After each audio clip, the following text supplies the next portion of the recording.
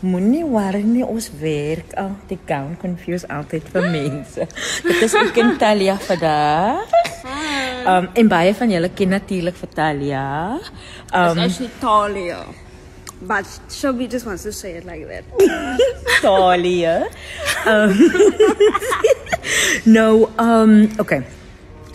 So, ek dink die persoon wat vir ons 'n vraag gevra het, Pageant, I think you asked us a question. Jy het gevra, wat doen baie van die akteurs wanneer hulle emosionele scenes gedoen het?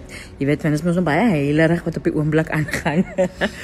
Wat doen die akteurs om dan terug na hulle, to get back to their natural state of being? Now, every actor is different, right?